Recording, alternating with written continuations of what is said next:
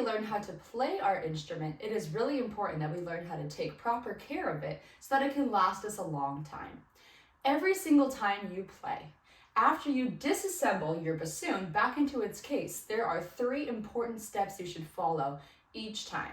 The first is to take the bocal by itself and using one hand, cover the vent hole that's near the cork, and then you want to blow through the cork end of the bocal and out the smaller end to get rid of any excess moisture. Looks like this.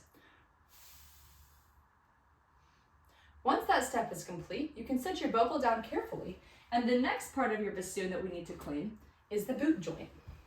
Now you'll notice that the boot joint has a larger hole and a smaller hole. Whenever we swab out the joints of our bassoon, we always want to go in through the big hole and out through the smaller hole.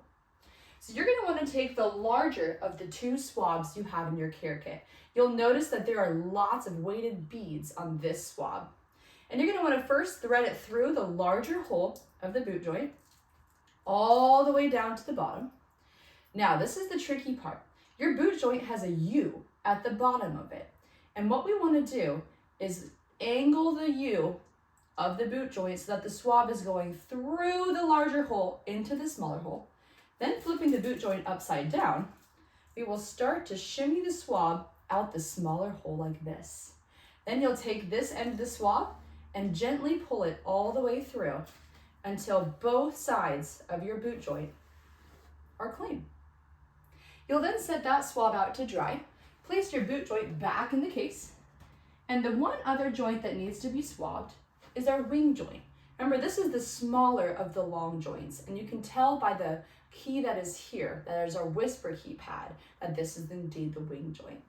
The wing joint requires a smaller swab so it doesn't get stuck. You'll notice there are less weights on this side. Just like the boot joint, we want to go in through the larger hole and out through the smaller hole.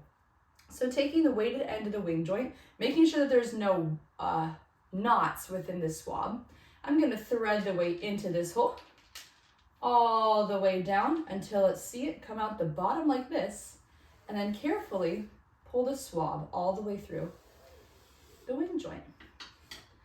Once it's out, you will lay out that smaller swab to dry, place the wing joint back in its case, and your bassoon is properly cleaned for the day.